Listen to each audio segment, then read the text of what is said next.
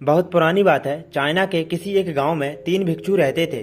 उनका नाम किसी को नहीं पता था, क्योंकि उन्होंने कभी अपने बारे में कुछ बताया ही नहीं। उन्होंने कभी किसी बात का जवाब नहीं दिया। चीन में बस उन्हें 3 हंसते हुए भिक्षुओं के नाम से जाना जाता था। वे तीनों सिर्फ एक ही काम करते, एक गाँव में प्रवेश करते, बाजार के बीचों बीच खड़े होते और हंसना चालू कर देते। यह अपने पूरे अस्तित्व के साथ हंसते। अचानक लोगों का ध्यान उनकी तरफ खींचा चला आता और धीरे धीरे उनके सामने लोगों की भीड़ चारों तरफ जमा हो जाती। वे इतनी एकाग्रता और संपूर्णता के साथ हंसते कि उनकी हंसी देखकर सारा गांव हंसने लग जाता। जब वह पूरा गांव हंसी के समुद्र में डूब जाता तो वे दूसरे गांव चले जाते। वे ना तो कुछ बोलते थे, ना ही कुछ उपदेश देते और ना ही कोई शिक्षा। वे जहाँ भी जाते अपनी हंसी से ऐसा माहौल बना देते कि लोग अपने सारे दुख दर्द भूलकर बस हंसने लग जाते। धीरे धीरे चाइना के लोग उन्हें बहुत प्यार करने लगे और वह पूरे चाइना में फेमस होते गए, 3 लॉफिंग मॉन्क के नाम से। चीन के लोग उन्हें बहुत प्यार करते और उनका सम्मान करते। इससे पहले और उनके बाद भी कभी किसी ने इस तरह से प्रचार नहीं किया कि जीवन केवल एक हंसी होना चाहिए और कुछ भी नहीं। पूरे चीन में घूम घूम कर लोगों को हंसाते हुए समय के साथ वे तीनों बूढ़े हो गए। एक रात जब वे एक गांव में ठहरे हुए थे, उन तीनों में से एक भिक्षु की मौत हो गई। पूरा गांव स्तब्ध रह गया। पूरा गांव बहुत ज्यादा उम्मीद कर रहा था, क्योंकि उन्हें लगता था कि जब उनमें से एक की मृत्यु हो गई होगी तो बाकी 2 भिक्षु बहुत रोएंगे। यह देखने लायक होगा, क्योंकि किसी लोगों ने रोते हुए नहीं देखा था।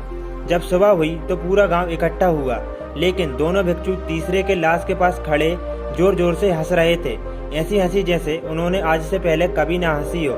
गांव के कुछ बड़े बुजुर्गों ने उन्हें समझाने की कोशिश की, यह आपका साथी था और इसकी मृत्यु पर आपको हंसना नहीं चाहिए। तब उस दिन पहली बार उन भिक्षुओं ने लोगों से बात की और कहा, हम हंस रहे हैं क्योंकि यह आदमी जीत गया। हम हमेशा सोचते थे कि कौन मरेगा, लेकिन इस आदमी ने पहले मरकर हमें हरा दिया।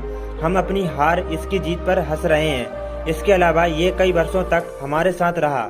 हम एक साथ हंसे, हमने एक दूसरे की मौजूदगी, उपस्थिति का आनंद लिया। उसे अंतिम विदा देने का इससे बेहतर तरीका और क्या हो सकता है। हम केवल हंस सकते हैं। लेकिन पूरा गांव उदास था।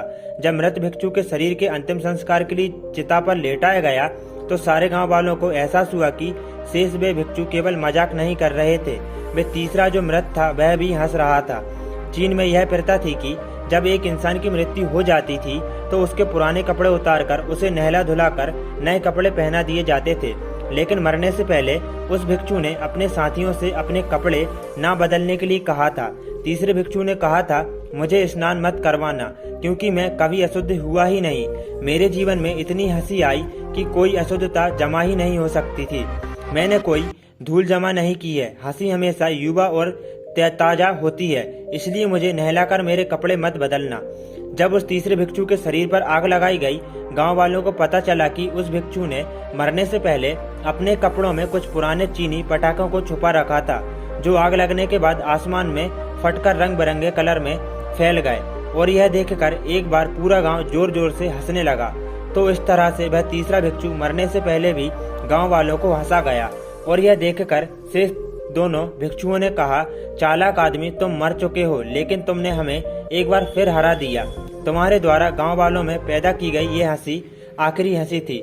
दोस्तों, आपको यह तीनों हंसते हुए भिक्षुओं की कहानी कैसी लगी हमें कमेंट करके जरूर बताएं। अगर आप इसी तरह की और भी अच्छी कहानी पढ़ना चाहते तो आप हमारे चैनल को सब्सक्राइब कर सकते हैं।